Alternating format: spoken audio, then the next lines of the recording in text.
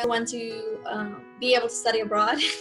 I wasn't able to because of the coronavirus. I'd say that one of them is maybe performing at like a basketball game, because the school offered 909 to perform at a basketball game, but it never happened. So I honestly was kind of looking forward to that.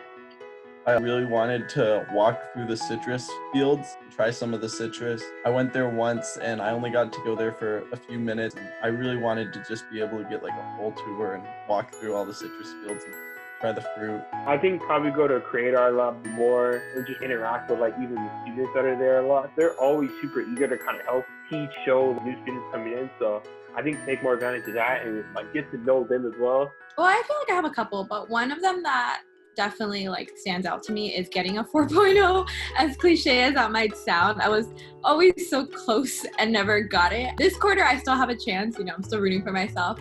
I go to the Scotties at Glenmore and get the Monkey's Uncle. It's a really unique sandwich, and I got it once my freshman year. It's also like you eat it and it's the size of my face, so don't need that every single day. Okay, so this is the number one thing I have to do at least before I graduate. I think I have to, and I can't believe I haven't done it yet, which is just climb the sea.